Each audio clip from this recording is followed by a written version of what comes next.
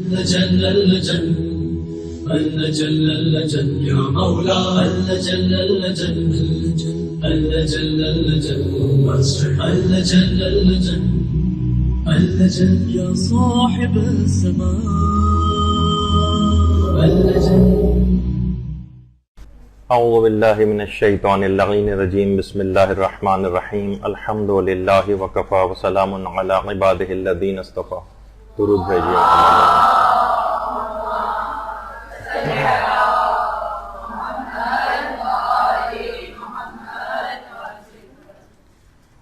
بہترین نماز کیسے پڑھیں، اس سلسلے کا درس نمبر 35. مستحب نمازوں کے فقہی احکام جاری تھے اور بہت اہم مستحب نمازیں کہ جن کا عام طور پر زندگی میں جن سے بہت زیادہ واسطہ پڑتا ہے ان کا آج سے ذکر شروع کر رہے ہیں. نوافل یومیہ پر تو ہماری پچھلی نشست ہو چکی ہے. آج ہے نماز وحشت قبر کے فقہی مسائل.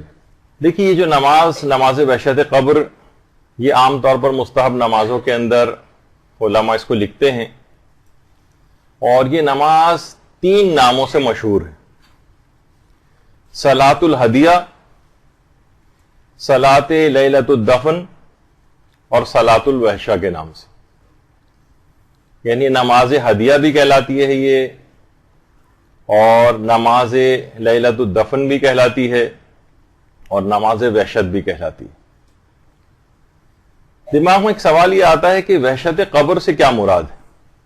ایک بات مشہور ہے کہ بہت سے ایسے افراد کی بھی نماز وحشت قبر پڑھی جاتی ہے کہ جو اپنی زندگی میں خود نمازوں سے بہت وحشت کیا کرتے تھے اور پڑھتے ہی نہیں تھے. 70 80 سال کی نمازیں اکثر لوگ آ کر پوچھتے ہیں، پھر 1 آدھ سال کی ان کے لواحقین پڑھوا دیتے ہیں.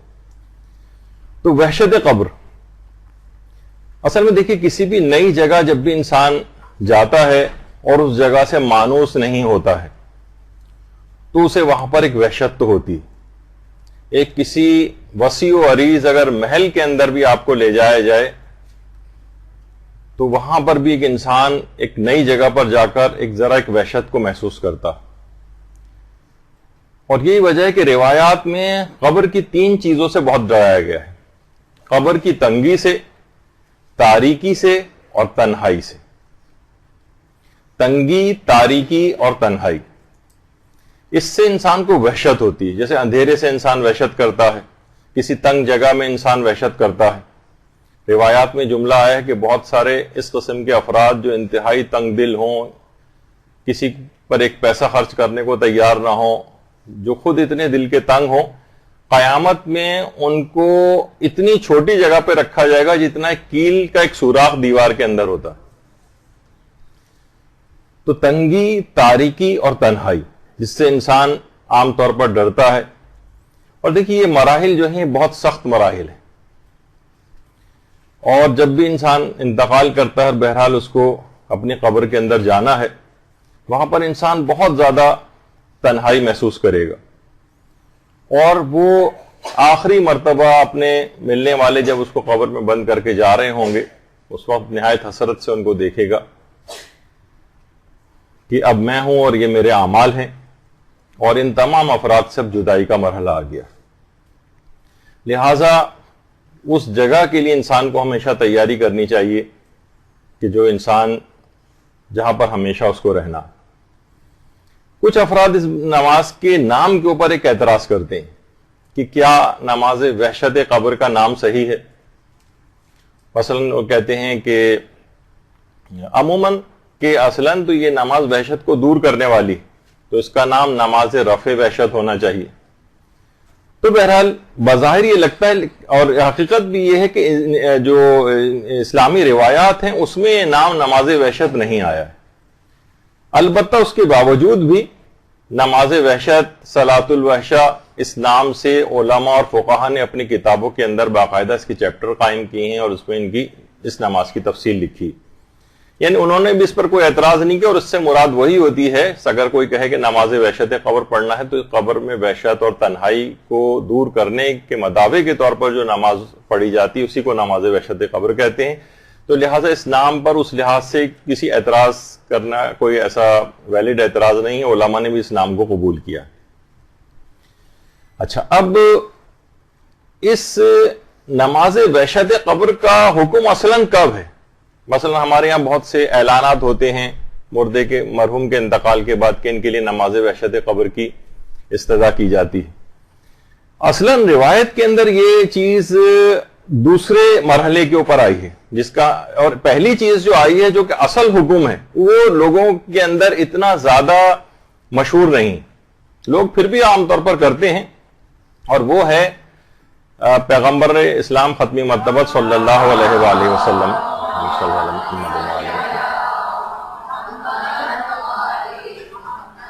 کہ میت کی پہلی رات سے زیادہ سخت اور کوئی وقت نہیں ہوتا، پیغمبر فرماتے ہیں، لہذا تم اپنے مرنے والوں پر صدقہ دے کر رحم کرو، اور اگر صدقہ نہیں دے سکتے تو تم میں کوئی بھی شخص 2 رکعت نماز پڑھے۔ اور پھر پیغمبر نے ایک وہ طریقہ نماز کا بتایا ہے، دونوں طریقے روایت کے اندر آئے ہیں، کہ جس میں پہلا طریقہ وہ ہے کہ جس وقت میت کا انتقال ہوتا ہے اور ابھی تدفین نہیں ہوئی ہوتی، تو پھر پیغمبر نے ایک طریقہ بتایا کہ پہلی رکعت میں سورہ فاتحہ کے بعد سورہ توحید 2 مرتبہ پڑھو، اور دوسری رکعت میں سورہ الحمد کے بعد سورہ تکاثر کو 10 مرتبہ پڑھو، اور نماز مکمل کرنے کے بعد درود پڑھو، اور اس کے بعد کہو وَبَسْ ثَوَابَهَا إِلَىٰ قَبْرِ فُلَانٍ یا قبر ذَلِكَ الْمَيِّتِ فُلان ابن فلان۔ تو بہرحال یہ جو ہے اصلاً حکم کیا ہے؟ صدقہ دینے کا حکم ہے، اور صدقے کی اگر کسی کی حیثیت نہیں ہے، کسی بھی وجہ سے صدقہ نہیں دے پا رہا ہے وہ، تو پھر دوسرے مرحلے پر آتا ہے کہ نماز وحشت قبر پڑھو۔ تو صدقہ، دیکھیے صدقے کے متعلق اگر آپ روایات کا مطالعہ کریں تو مرنے سے لے کر اور بہت بعد تک پیغمبر فرماتے ہیں صدقے کے ذریعے اپنے مردوں پر رحم کرو، یہ صدقہ اللہ کے غضب کی آگ کو ٹھنڈا کرتا ہے، یہ قبر کے اندر قبر کی گرمی کو ٹھنڈا کرتا ہے، قیامت کی آگ میں بھی صدقہ جو ہے وہ سائبان بن جائے گا، اور کتنی روایت اس سلسلے میں آئی ہیں، میزان عمل سے اس کو بھاری کرو، صدقہ دینے والے پولے صراط کی طرح سے بجلی کی طرح سے پولے صراط سے گزر جائیں گے، اور جہنم کی آگ کے مقابلے میں ڈھال بھی بن جائے گا۔ تو صدقہ ہر مرحلے اور ہر موقع پر کام آئے گا۔ تو سب سے پہلا اور اولین چیز یہ ہے کہ انتقال کے بعد میت کے لیے صدقہ دیا جائے۔ ہاں، صدقہ بھی دے دیا جائے، نماز وحشت بھی قبر بھی پڑھ لی جائے تو بہت ہی زیادہ ثواب اور زیادہ بڑھتا چلا جائے گا، لیکن اصلاً جو چیز لوگ بھول گئے ہیں وہ ہے صدقہ دینا۔ تو صدقہ دینا اس کا اتنا زیادہ ثواب ہے کہ روایت کے اندر یہ چیز آئی ہے کہ ہمارے چھٹے امام جعفر صادق علیہ السلام فرماتے ہیں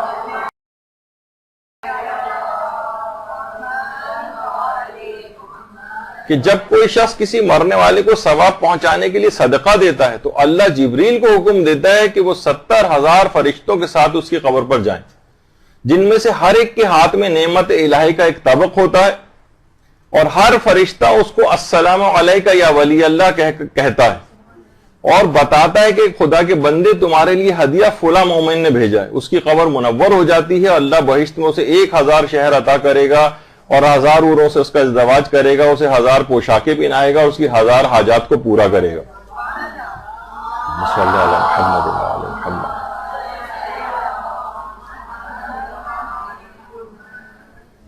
تو آپ نے دیکھا کہ بہرحال کتنا زیادہ اس کا ثواب ہے، کتنا زیادہ صدقہ دینے کا، اور صرف اس کی حد تک ہی معاملہ نہیں ہے بلکہ ابھی نماز وحشت قبر کا تو خاص طریقہ وغیرہ آپ اس میں دیکھیں گی اور سنیں گی۔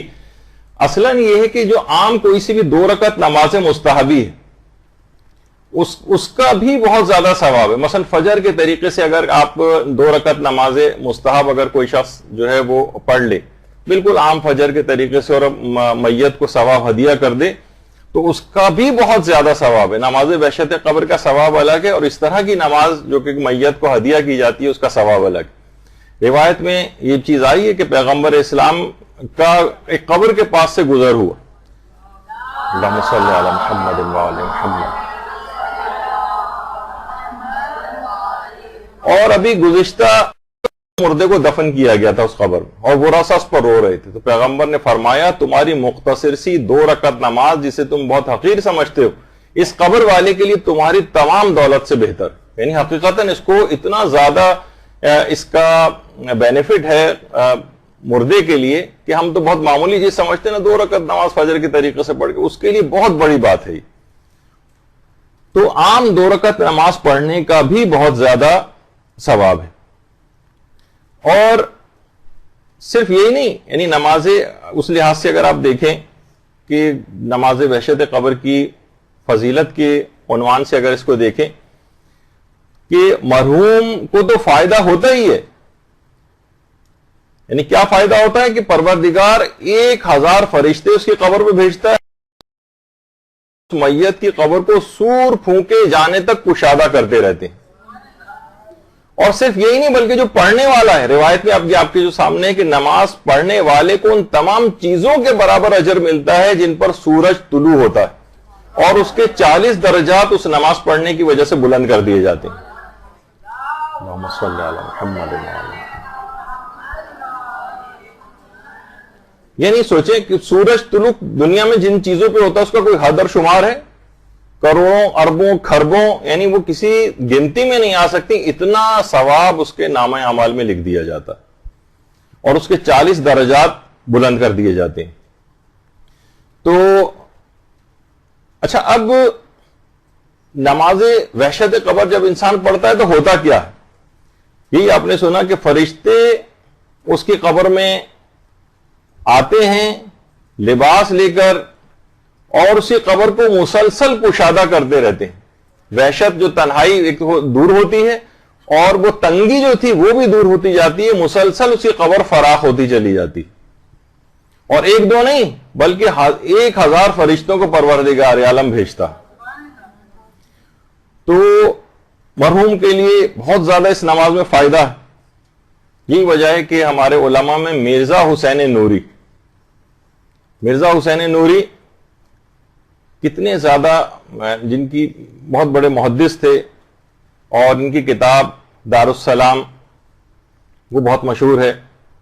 اسی کتاب میں مرزا حسین نوری نے آخوند ملا فتح علی سلطان آبادی، جو کاظمین میں باقاعدہ درس دیا کرتے تھے اور بہت بڑے علماء اور مجتہدین میں ان کا شمار ہوتا تھا، ان کا ایک واقعہ نقل کیا ہے. آخوند ملا فتح علی سلطان آبادی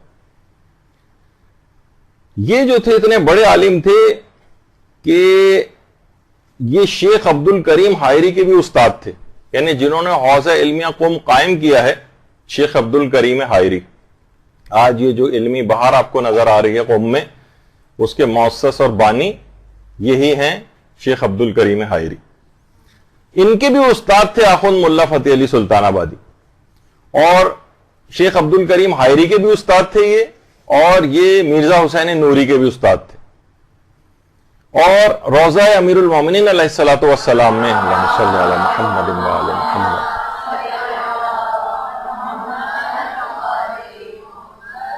اس کے مغربی صحن میں، یعنی صحن کے جو مغربی حصہ ہے وہاں پر آخوند ملا فتح علی سلطان آبادی مدفون ہے.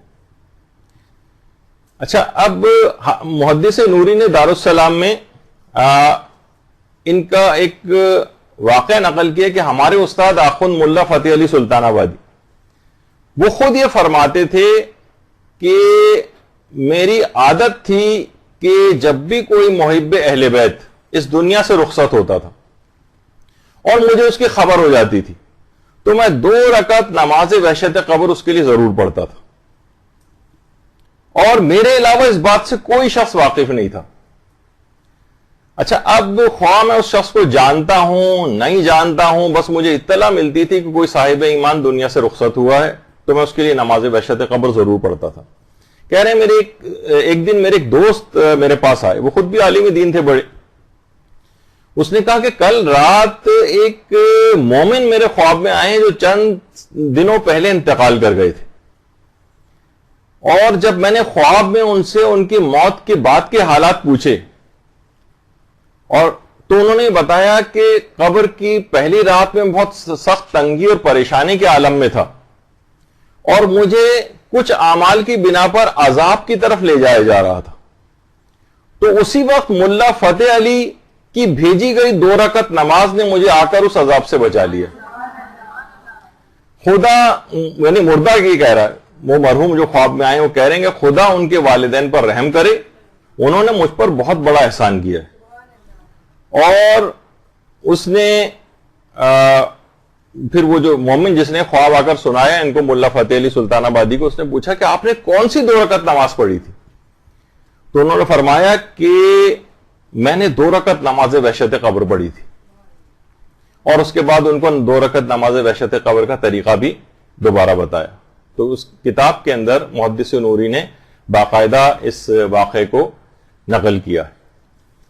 اور ایک چیز ہے جس میں بہت متذبذب تھا کہ میں اس چیز کو بتاؤں کہ بہت سی چیزیں پرسنل ایکسپیرینسز بھی ہوتی ہیں, اور دماغ میں یہ بھی آتا ہے کہ کہیں خود ستائی اور اس طرح کا کوئی دنیاوی خیال دماغ میں نہ آنے لگے سننے والوں کو, کوئی اپنی معاذ اللہ بڑائی بیان کر رہے ہیں, کیا کر رہے ہیں. لیکن خود میرا بھی ایک ایکسپیرینس اس طرح کا کہ کافی سالوں پہلے ایک دفعہ ہمارے ایک رشتہ دار کا انتقال ہوا تھا, تو میں نے ان کے لیے نماز وحشت قبر پڑھی تھی. 1-2 روز بعد ہی میں نے خود, میرا ذاتی ایکسپیرینس ہے, حالانکہ مجھے اتنے خواب یاد رہتے نہیں ہیں, لیکن وہ خواب ابھی تک مجھے یاد ہے. یہ تقریباً آج سے شاید 15-20 سال ہو گئے ہوں گے, اس سے پہلے کی بات ہے. تو خواب میں وہ آئے اور حد سے زیادہ یعنی مجھ سے جو ہے وہ اس کا اظہار کرنے لگے, خوشی کا اظہار کرنے لگے, گلے لگ رہے ہیں, اور بار بار مجھ سے کہہ رہے ہیں کہ تمہاری 2 رکعت نماز جو وحشت قبر تھی اس نے مجھے بہت فائدہ پہنچایا.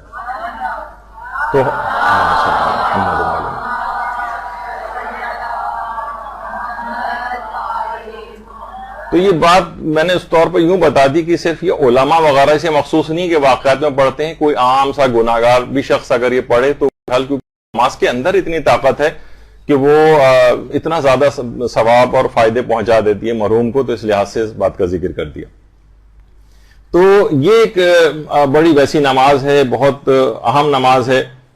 اور یہ جو نماز اس لحاظ سے پڑھی جاتی, چاہے وہ 2 رکعت عام مستحب نماز ہی مرحوم کے لیے پڑھیں, تو اس کے متعلق ہمارے امام جعفر صادق علیہ الصلوۃ والسلام فرماتے ہیں,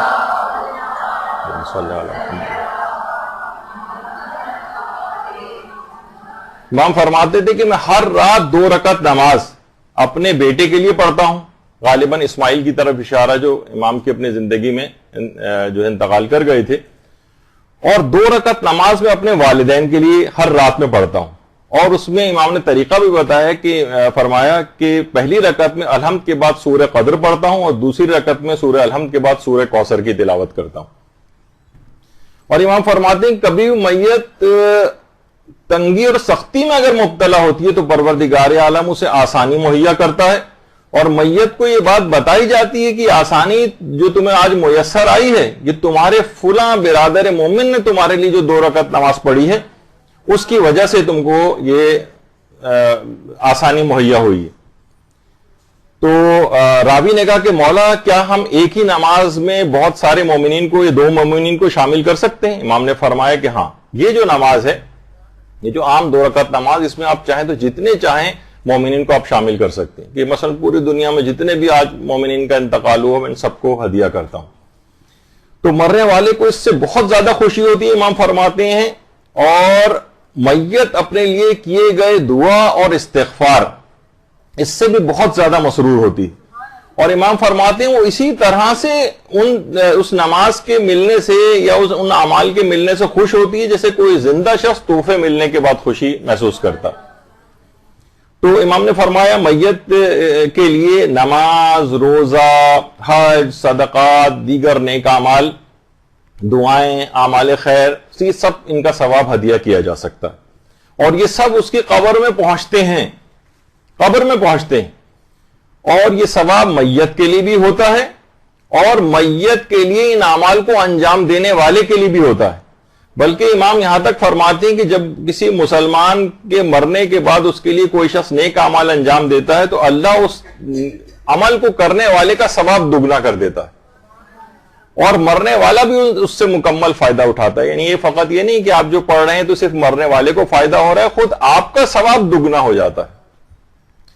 تو بہت ہی ظاہر ہے کہ جو رات ہے خاص طور پر شب اول جو کہلائی جاتی ہے یہ سخت رات ہے، اس میں شبہ نہیں کہ یہ رات جو ہے سخت راتوں کے اندر سے شمار ہوتی ہے۔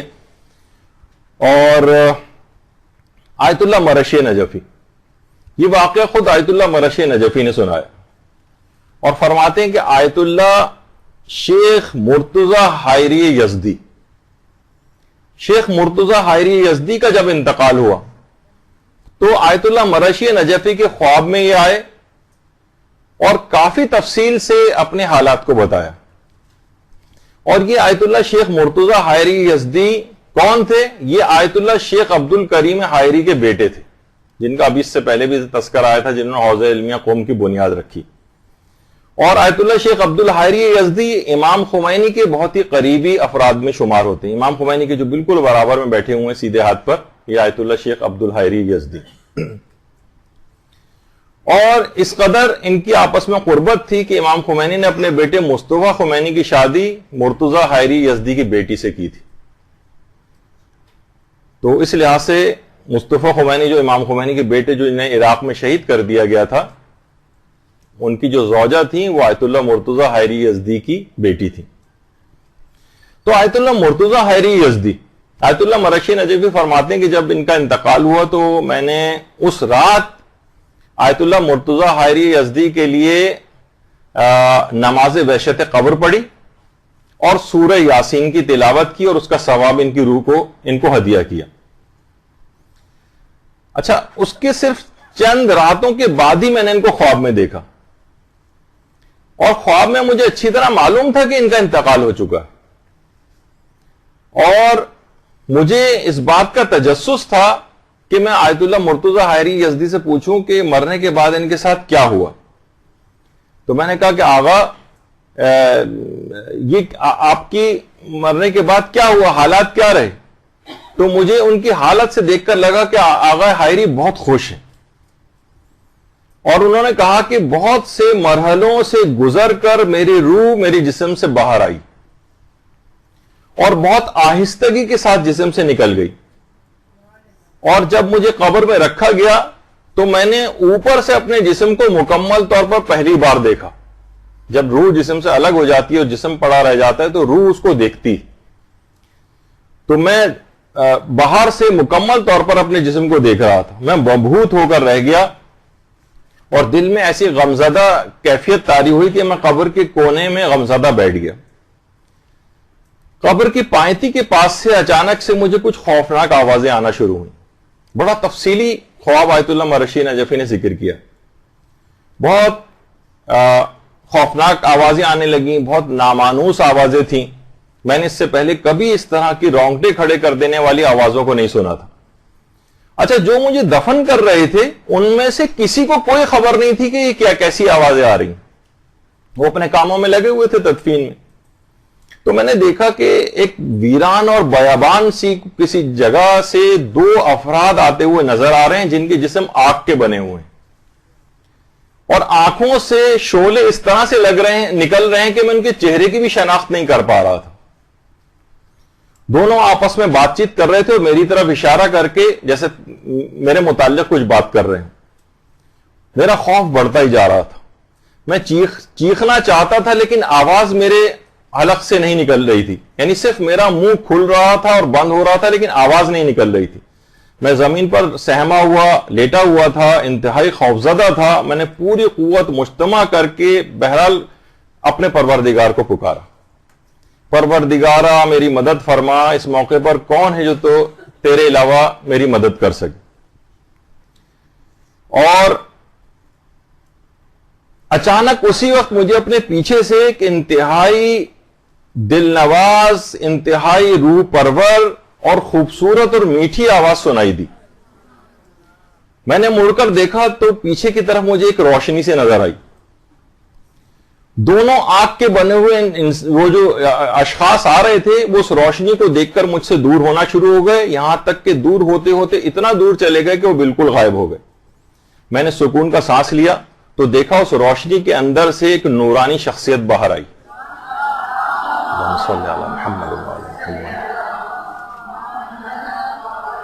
بہترین مسکراہٹ ان کے چہرے پر تھی اور کہا کہ کیا تم خوفزدہ ہو؟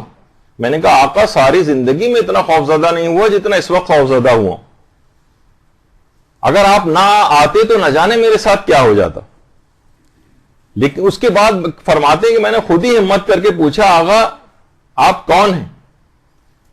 تو اس شخصیت نے بہت ہی محبت اور شفقت کے ساتھ مجھے دیکھا اور کہا کہ میں علی ابن موسیٰ رضا علیہ الصلوۃ والسلام، اللہم صلی علی محمد وآل محمد۔ اور کہا ہے مرتضی حائری تم 38 مرتبہ ہماری زیارت کے لیے آئے تھے، اب میرا بھی یہ فرض بن گیا ہے کہ میں تمہاری قبر میں 38 دفعہ تمہاری زیارت کے لیے آؤں، اور آج اس زیارت کا پہلا دن ہے، ابھی مجھے 37 دفعہ تمہاری زیارت کے لیے مزید آنا۔ تو بہت سارے دیکھیے افراد اس طرح کے ہیں کہ جو آج بار بار زیارت پہ جانے پر لوگوں کو اعتراض کرنے لگے، بھائی بار بار دیکھیے ہر سال زیارت پہ چلے جاتے ہیں، ہر سال عمرے پر چلے جاتے ہیں، اس سے بہتر تھا یہ لوگ جو ہے نا قریب کی امداد کر دیتے، فلاں پروجیکٹ کے اندر کام کر دیتے۔ تو دیکھیے یہ کسی کی نیک کام کو روک کر کسی دوسرے نیک کام کی معرفی نہ کیا کریں۔ جو عام طور پر نوٹ بھی یہ کیا گیا وہ افراد جو ہر سال حج و عمرہ زیارات اس طرح کی چیزوں کے اوپر جاتے ہیں، اللہ ان کو اتنی توفیق بھی دیتا ہے کہ وہ غریبوں کی امداد بھی ساتھ ساتھ کر رہے ہوتے ہیں۔ تو ضروری نہیں کہ ایک نیک کام سرے سے بند کیا جائے اس کے بعد کوئی اور دوسرا نیک کام تب کیا جائے، دونوں کام ساتھ بھی ہو سکتے ہیں۔ تو بہرحال آیت اللہ مرشی نجفی فرماتے ہیں کہ میں نے یہ جو عمل انجام دیا تھا ان کے لیے 2 رکعت نماز وحشت قبر پڑھی تھی، اور اس کے علاوہ میں نے سورہ یاسین پڑھی تھی۔ تو آیت اللہ مرتضی حائری یزدی اس کے بعد میرے جو ہے وہ خواب میں آئے اور مجھے یہ ساری جو تفصیل انہوں نے بتائی۔ تو بہرحال ایک دماغ میں یہ رہے کہ کوئی بھی نیک کام، ہمیشہ انسان کو مختلف نیک کام کرتے رہنا چاہیے۔ اب جیسے کہ ابھی آپ زیارت کا تذکرہ آیا، قبر میں ہر نیک عمل کسی نہ کسی صورت میں فائدہ پہنچائے گا۔ نمازوں کا بھی آپ نے سلسلہ دیکھا، زیارات کا سلسلہ، اس کے علاوہ اور بھی بہت سارے موارد جو موت کی گفتگو میں نے نقل کیے تھے جو قبر میں اس لحاظ سے ہر نیک عمل فائدہ پہنچانے والا۔ اچھا، جب اتنے زیادہ اس کے ثواب اور فائدے انسان سنتا ہے، پڑھتا ہے، تو بہت سے لوگ ایک سوال کرتے ہیں، بظاہر یہ سوال بڑا عجیب سا ایک سوال لگتا ہے، لیکن بہرحال وہ کہتے ہیں کہ کیا ہم اپنی زندگی میں اپنی نماز وحشت قبر پڑھ سکتے ہیں؟ اب یہیں سے مسائل فقہ کی گفتگو اسٹارٹ ہو رہی۔ تو پہلی بات یہ ہے کہ وہی والی بات کہ اس فیسلٹی کو لینے کے لیے انتقال ہونا ضروری ہے، یہ زندگی میں نہیں پڑھی جا سکتی۔ تو زندگی میں کوئی شخص اپنی نہ نماز وحشت قبر پڑھ سکتا ہے، نہ کسی اور زندہ شخص کے لیے نماز وحشت قبر پڑھ سکتا ہے، نہ کسی سے پڑھوا سکتا ہے۔ ہاں البتہ مجتہدین نے ایک چیز لکھی ہے، البتہ وہ اپنے 1/3 مال جس میں وہ وصیت کر سکتا ہے کسی بھی نیک کام کے لیے، اسی 1/3 مال میں سے اپنے میراث سے وہ نماز وحشت قبر پڑھوانے کی وصیت بھی کر سکتا ہے۔ ابھی آگے چل کر اس کا بھی ذکر آئے گا کہ نماز وحشت قبر کو کیا اجارے پر پڑھوا سکتے ہیں، نہیں، اس کی بھی تفصیل آئے گی۔ تو بہرحال اپنی زندگی میں کوئی شخص نماز وحشت قبر نہ پڑھ سکتا ہے نہ پڑھوا سکتا ہے، البتہ اپنے 1/3 مال سے وصیت کر کے جا سکتا ہے کہ اس میں سے میرے لیے نماز وحشت قبر پڑھوا دی جائے۔ لیکن نماز وحشت قبر کی اصلاً 2 اقسام ہیں، 2 اقسام۔ ایک ہے صلاۃ لیلۃ الموت اور ایک ہے صلاۃ لیلۃ الدفن، یعنی جس دن یا رات میں کسی بھی شخص کا انتقال ہوا ہے اور ابھی اس کی تدفین نہیں ہوئی، یعنی صلاۃ لیلۃ الموت یہ موت کے بعد تدفین سے پہلے پڑھی جانے والی نماز ہے۔ ابھی دفن نہیں ہوئے، بہت سے لوگوں کی تدفین میں تاخیر ہو جاتی، تو آپ نے دیکھا کہ اس کے بعد بھی میت کے ساتھ بہت سے مراحل ہوتے ہیں، وہ غمزدہ بھی ہوتی ہے، وحشت بھی کر رہی ہوتی ہے، تو اس وقت کے لیے بھی ایک نماز ہے، یعنی ابھی تدفین ہوئی نہیں ہے، صرف انتقال ہوا ہے، تو یہ صلاۃ لیلۃ الموت کہلاتی ہے۔ اور اس کا طریقہ کیا ہے؟ اس کا طریقہ وہی ہے جو اس سے پہلے آیا کہ پہلی رکعت میں سورہ الحمد کے بعد 2 مرتبہ سورہ توحید اور دوسری رکعت میں سورہ الحمد کے بعد 10 مرتبہ سورہ تکاثر پڑھی جائے۔ یہ ان افراد کے لیے نماز ہے کہ جن کی ابھی تدفین میں کچھ تاخیر ہے، تدفین ابھی نہیں ہوئی ہے، آئندہ کسی وقت ہوگی، کل ہوگی یا اس طرح سے، تو اس وقت کے لیے جو نماز وحشت قبر پڑھی جاتی ہے اس کا طریقہ یہ ہے، اور اصلاً یہ صلاۃ لیلۃ الموت کہلائی جاتی ہے۔ تو ایک تو ہو گئی یہ نماز، دوسری نماز ہے صلاۃ لیلۃ الدفن، یعنی یہ تدفین کے بعد پڑھی جاتی، جب انتقال کے بعد تدفین ہو جائے اس کے بعد یہ نماز پڑھی جائے گی۔ اچھا، تدفین کے بعد، اور اس کا طریقہ کار کیا ہے؟ اس کا طریقہ کار وہی ہے جو سب سے زیادہ مشہور ہے کہ پہلی رکعت میں الحمد کے بعد آیت الکرسی پڑھی جائے گی، اور دوسری رکعت میں الحمد کے بعد 10 مرتبہ سورہ قدر پڑھی جائے گی، اور اس کے بعد ایک دعا پڑھی جاتی۔ یہ ہے تدفین کے بعد والی نماز۔ عام طور پہ لوگ بہت پریشان ہوتے ہیں کہ ابھی تو تدفین نہیں ہوئی، تو ان کو پہلا طریقہ، اور تدفین کے بعد جو پڑھی جاتی ہے اس کے لیے دوسرا طریقہ۔ اچھا، اب ایک سوال بھی آتا ہے کہ زیادہ بہتر یہ ہے کہ یہ دونوں نمازیں ہی پڑھ لی جائیں۔ زیادہ بہتر یہ ہے کہ پہلے طریقے سے بھی پڑھ لی جائے تدفین سے پہلے، اور دوسرے طریقے سے بھی پڑھ لی جائے تدفین کے بعد۔ ضروری نہیں کہ ان میں سے صرف جو سب سے زیادہ رائج ہے ہمارے یہاں تدفین کے بعد والی ہے، لیکن اس سے پہلے والی نماز سے لوگ بالکل واقف نہیں ہیں، وہ بھی روایات کے اندر اسی طرح سے بیان ہوئی ہے، تو اس کی بھی بہت فضیلت اور اہمیت ہے جس کو نہیں کھونا چاہیے۔ اچھا، اب نماز وحشت قبر کے اندر جو سورے پڑھے جاتے ہیں، جیسے کہ ابھی آپ نے دیکھا، اس میں ایک تو سوروں کے علاوہ آیت الکرسی پڑھی جاتی، آیت الکرسی، اور آیت الکرسی کا بھی اس سے پہلے آپ نے ابھی روایت کا ہی تو فائدہ سنا کہ کس طرح سے فرشتے آتے ہیں اور سر ایک کے ہاتھ میں جو ثواب ہوتا ہے، لباس ہوتا ہے، اس کی قبر کو گشادہ کرتے ہیں۔ لیکن یہ جو آیت الکرسی، یہ عام زندگی میں بھی مومن مرحوم کے لیے اگر پڑھی جائے تو اللہ، اور اس کا ثواب اہل قبور کو کوئی شخص ہدیہ کر دے تو اللہ اس کے ہر حرف کے بدلے ایک فرشتہ خلق فرماتا ہے جو قیامت تک اس کے لیے تسبیح کرتا رہتا ہے۔ تو بہت زیادہ اللہم صلی علی محمد وعلی محمد، تو پیغمبر اسلام نے بہت ہی عظیم ثواب یہ جو ہے اس کا ذکر کیا۔ اور اس کے علاوہ جیسے کہ اس کے متعلق اس کی ملتی ہیں چیزیں کہ آیت الکرسی، یہ سید القرآن بھی اس کو کہا جاتا ہے، اور قرآن کا بلند ترین نقطہ یہ ہے، اور پیغمبر اسلام آیت الکرسی کی تلاوت کے وقت مسکراتے رہتے تھے۔ پیغمبر کی ایک سیرت تھی کہ وہ مسکراتے تھے ہمیشہ آیت الکرسی کی تلاوت کے وقت۔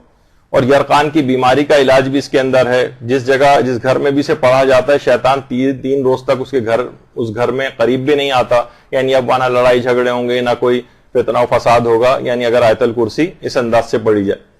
وضو کے بعد اگر اسے پڑھے گا تو روایت میں 5ویں امام کی 40 سال کی عبادت کا ثواب اسے دیا جائے گا، اور 70 بار اگر کوئی شخص تلاوت کر لے اس کو تو معالج کی دوا کی محتاجی ختم ہو جائے گی، یعنی بیماری نہیں پڑے گا تو دوا کی ضرورت نہیں پیش آئے گی، اور گھر سے باہر نکلتے وقت اگر اس کو پڑھے گا تو تمام مقاصد میں کامیاب ہو کر لوٹے گا۔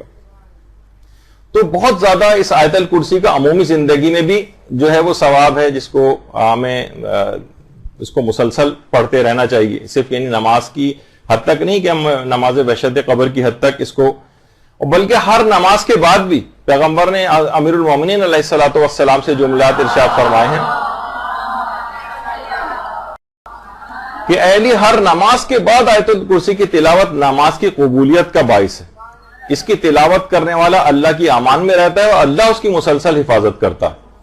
تو اس لحاظ سے یہ بہت بہترین، اس کو نمازوں کے بعد بھی پڑھنا چاہیے۔ آپ نے دیکھا وضو کے بعد بھی اس کو پڑھنے کا حکم ہے، نماز کے بعد بھی حکم ہے، نمازوں کے دوران بھی پڑھنے کا، جیسے نماز وحشت قبر کے اندر۔ اور روایتوں کے اندر یہ بھی بات آئی کہ کسی نے سوتے وقت اس کو پڑھ لیا اور ہر نماز کے بعد تلاوت کی تو فالج ہونے سے اور سانپ بچھو جیسے جانوروں سے، یعنی موذی جانوروں سے بھی یہ شخص محفوظ رہے گا۔ اس میں موذی جانوروں کے اندر عام طور پر کچھ جراثیم بھی شامل ہو جاتے ہیں، یعنی اس قسم کی بیماریوں سے بھی آج کل، جیسے ڈینگی اور پتہ نہیں کون کون سے جو امراض ہو گئے سخت والے بھی جو جراثیم کے ذریعے ہوتے ہیں، ان سے بھی انسان کی حفاظت رہتی۔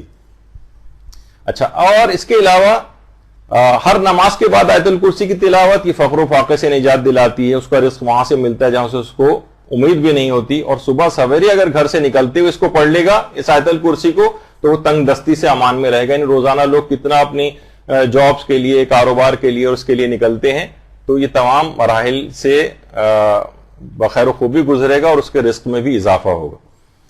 اور اس کے علاوہ جس نے 100 مرتبہ آیت الکرسی پڑھ لی، پیغمبر فرماتے ہیں گویا اس شخص کی مانند ہے جس نے پوری زندگی اللہ کی عبادت میں گزاری.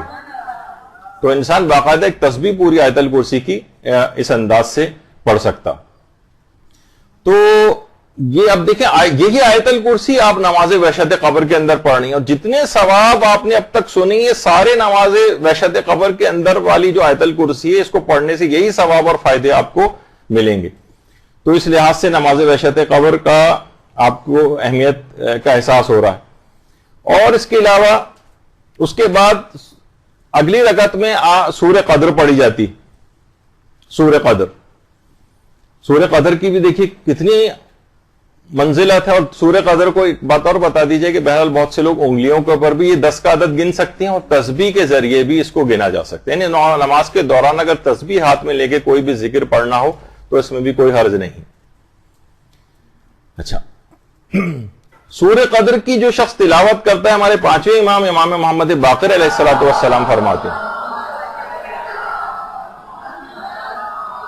اور یہی یاد رہے کہ یہ سورہ قدر آپ کو اس کے اندر پڑھنی، اور ایک دفعہ نہیں پڑھنی، 10 دفعہ پڑھنی، کہ جو انا انزلناہ فی لیلۃ القدر کی تلاوت کرے اور تلاوت کیا ہو تو اپنی آواز کو بلند کرے تو وہ اس شخص کی مانند ہے جس نے اللہ کی راہ میں تلوار اٹھائی.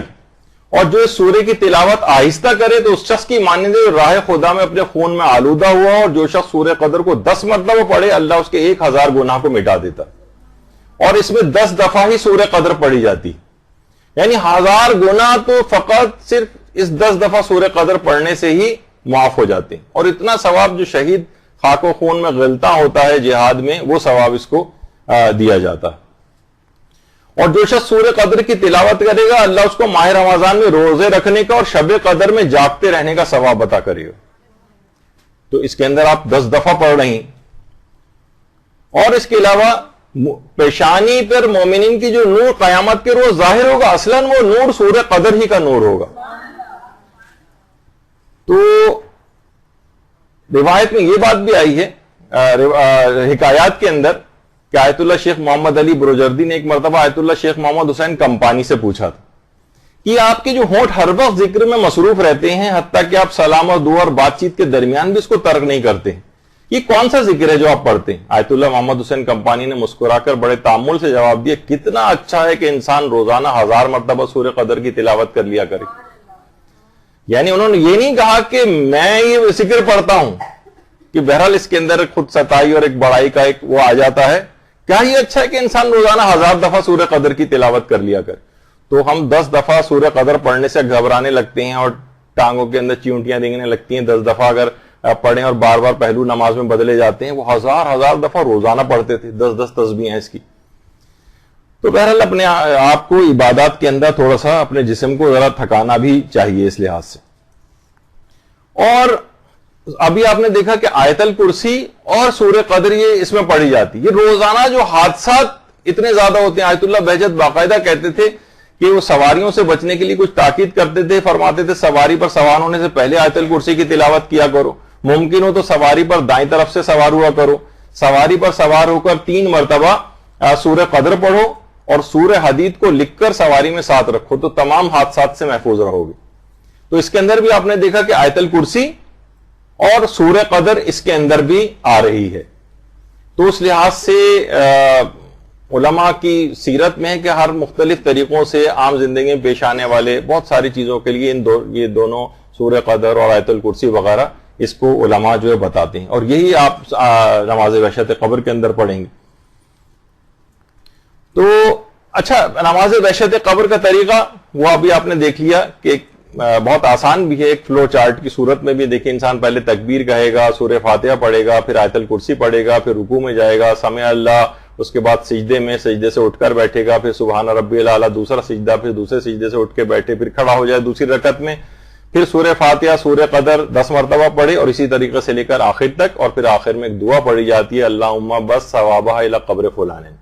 یہ پورا ایک سمجھے ایک لحاظ سے ایک نماز وحشت قبر کا ایک طریقہ آپ کے سامنے آ گیا. اچھا اب یہ جو طریقہ ہے اس کے اندر کوئی تبدیلی نہیں کی جا سکتی نماز وحشت قبر کے اندر. ایک سوال ہوتا ہے کہ اگر کوئی شخص جان بوجھ کر نماز وحشت قبر کا طریقہ بدل دے تو کیا اس کی نماز وحشت قبر صحیح؟ مثلا کوئی آیت الکرسی سے یاد نہیں، اس نے کہا چلے میں انا اعطیناک الکوثر پڑھ دیتا ہوں. علماء نے فرمایا کہ اسے 2 رکعت نماز مستحب کا ثواب تو مل جائے گا لیکن نماز وحشت قبر کا ثواب نہیں ملے گا. وہ فوائد حاصل نہیں ہوں گے جو نماز وحشت قبر کے. یعنی ایسا طریقہ بتایا گیا ہے روایت کے اندر جو ایک مخصوص طریقہ ہے نماز کا، اس میں اپنی مرضی سے عام مستحب نماز کی طرح سے تبدیلی نہیں کر سکتے. کوئی سا بھی سورہ اس کے بعد پڑھو نہیں، مخصوص سورہ پڑھیں گے تو ہی اس کے ثواب اور فائدے ملیں گے. آیت الکرسی پہلی رکعت میں پڑھی جائے گی اور دوسری رکعت میں سورہ قدر، یا وہ جو پہلا طریقہ ہے جس میں الحمد کے بعد سورہ توحید اور اس کے بعد دوسری میں سورہ تکاثر پڑھی جاتی ہے، وہ مخصوص ہی سورہ پڑھنے پڑیں گے. اور اگر کسی نے جان بوجھ کر کوئی تبدیلی کی تو عام مستحب نماز بن جائے گی لیکن نماز وحشت قبر نہیں بنے گی.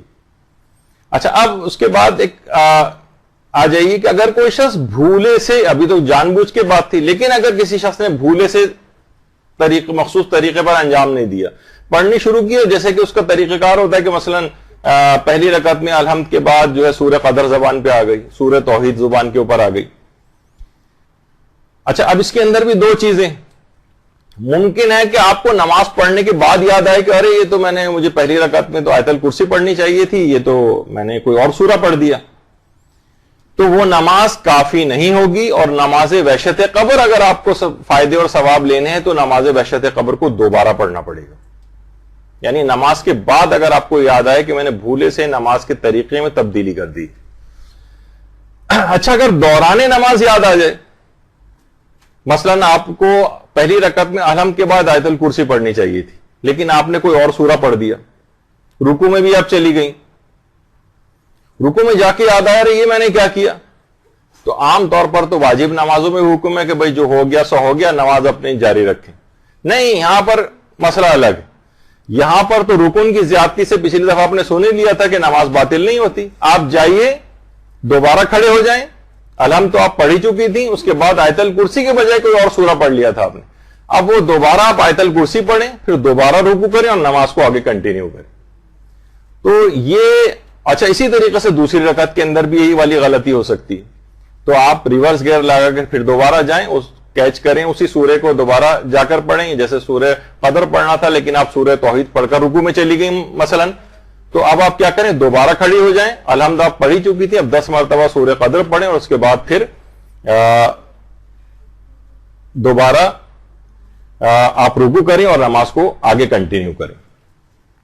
تو یہ ہے کہ اسلام اس کی طریقے کے اندر تبدیلی کو برداشت نہیں کرتا ہے. اگر نماز پڑھ چکی ہے پھر پتہ چلے کہ میرے طریقے میں نے غلطی کر دی تھی تو اس نماز کو دوبارہ پڑھنا پڑے گا، اور دوران نماز اس کا تدارک کرنا پڑے گا اور پیچھے جا کر اس کو انجام دینا ہوگا جو چیز آپ بھول گئی ہیں. اچھا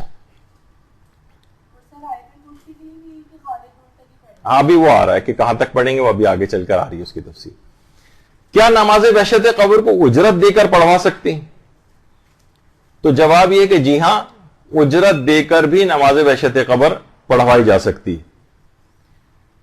البتہ اگر اجرت لینے والا بھی غلطی سے یا بھول کر مذکورہ طریقے سے نماز وحشت قبر نہ پڑھے تو یہ کافی نہیں ہے، اور اسے صحیح طریقے سے دوبارہ نماز وحشت قبر پڑھنا ہوگی. کافی نہیں ہے، دوبارہ پڑھنی پڑے گی اس کو. اچھا اس کی ایک تفصیل ابھی آگے چل کر بھی آ رہی، یعنی کوئی اور طریقہ اس میں نہیں چلے گا. اچھا اب ایک ہے کہ تدفین سے جو پہلے والی نماز ہے اس میں یہ آیا کہ جناب پہلی رکعت میں الحمد کے بعد 2 مرتبہ سورہ توحید یعنی قل اللہ احد پڑھی جائے گی، اور دوسری رکعت میں الحمد کے بعد 10 مرتبہ سورہ تکاثر پڑھی جائے گی. دیکھیں سورہ تکاثر کے بھی متعلق بھی بتا دیا جائے کہ دیکھیں اس کا بھی بہت زیادہ ثواب، یعنی تفسیر مجموع البیان میں امام جعفر صادق علیہ الصلوۃ والسلام نے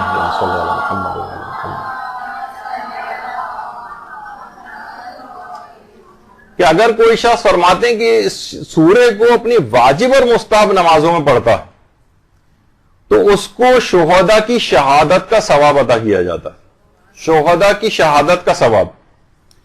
اور پیغمبر فرماتے ہیں اس کی تلاوت کرنے والوں سے دنیا میں اللہ کی دی گئی جو نعمتیں تھیں ان کا کوئی حساب نہیں لیا جائے گا۔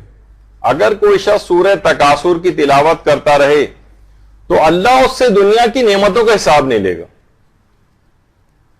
اور ایک اور اس کا ثواب اور فائدہ یہ ہے کہ اس سورے کی تلاوت کرنے سے قرآن کی 1000 آیات کو پڑھنے کا ثواب ملتا ہے۔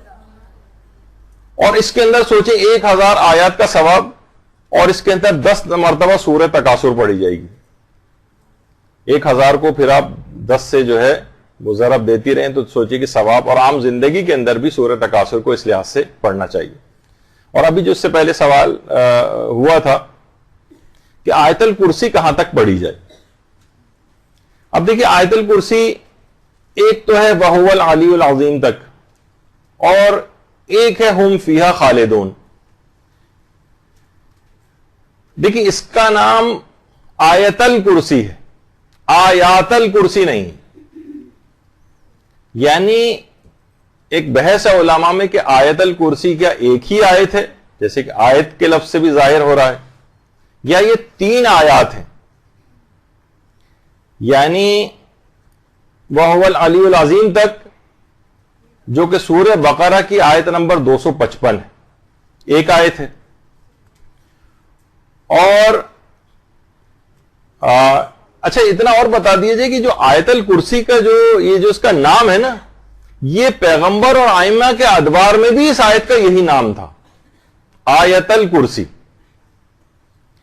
اور اس کے بھی بہت فائدے ہیں، روایت میں ہے کہ نمازوں کے بعد آیت الکرسی اگر آنکھوں پر ہاتھ رکھ کے پڑھی جائے تو آنکھوں کے امراض دور ہو جاتے ہیں، بینائی بہت قوی ہو جاتی ہے اس سے۔ اور کہا جاتا ہے کہ تمام باتوں کا سردار جو ہے وہ قرآن ہے، اور قرآن کا جو سردار ہے وہ سورہ بقرہ ہے، اور سورہ بقرہ کی جو سردار ہے وہ آیت الکرسی۔ اور باقاعدہ کچھ علماء تو ایسے ہیں کہ جنہوں نے پوری کتابیں آیت الکرسی کی فضیلت اور اس کے اسرار پر لکھی ہیں۔ ملا صدرہ نے لکھی ہے، ملا تقی فلسفی نے لکھی ہے، یعنی پوری کتابیں آیت الکرسی کے اوپر لکھی گئی۔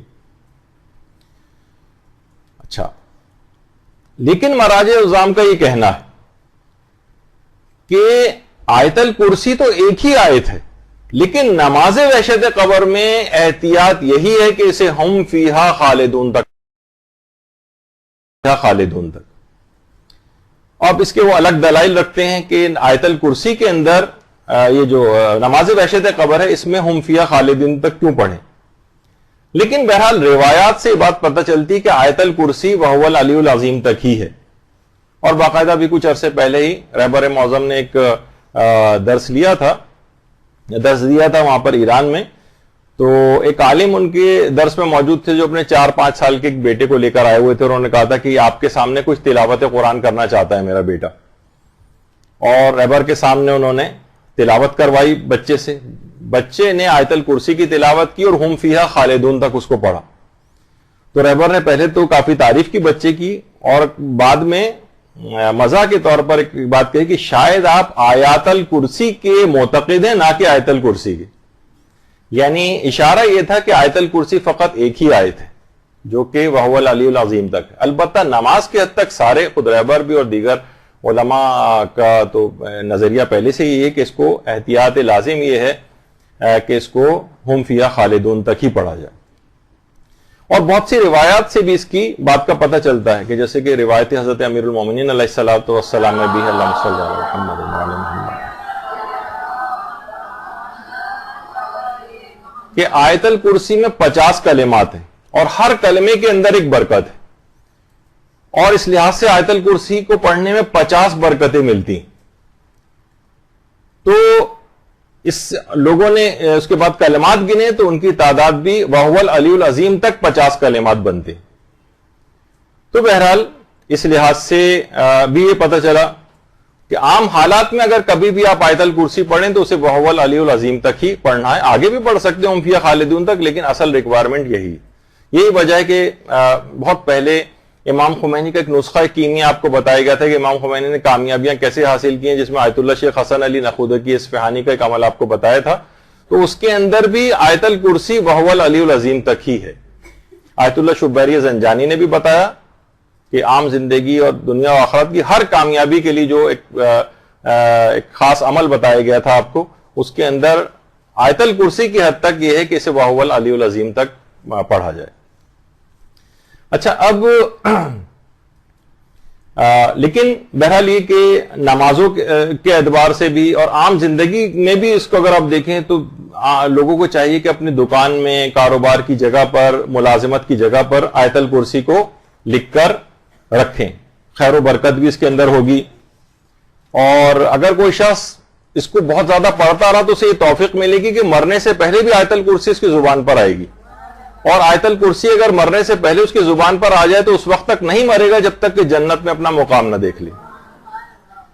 تو بہرحال بہت زیادہ ہے اس کا ثواب اور فائدہ، اور عام زندگی میں بھی جس جگہ بھی انسان اپنے پیسے رکھتا ہے، اپنے مال و دولت کو رکھتا ہے، اپنے سیف ہے، لاکر ہے، وہاں پر بھی ایک آیت الکرسی لکھ کر اس سیف اور لاکر کے اندر رکھی جائے۔ مثلا بہت سی خواتین زیورات ہوتے ہیں گھر میں رکھے ہیں، چوریاں ہو جاتی ہیں، اس سے بھی انسان کی حفاظت رہتی ہے۔ گھر میں رکھنے سے بھی آیت الکرسی کو لکھ کر گھر میں رکھنے سے بھی چور ڈاکو سے بھی حفاظت ہوتی ہے۔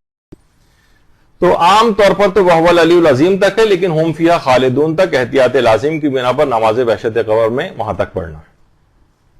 اچھا، اس کے بعد نماز وحشت قبر کے پڑھنے کے بعد کی ایک دعا ہے، اور دعا کیا ہے؟ اللہم صلی علی محمد و آل محمد وبعث ثوابہا الی قبر فلان ابن فلان۔ درود کے بعد یہ ہے کہ پروردگار اس نماز کا ثواب فلاں ابن فلاں کی قبر تک پہنچے۔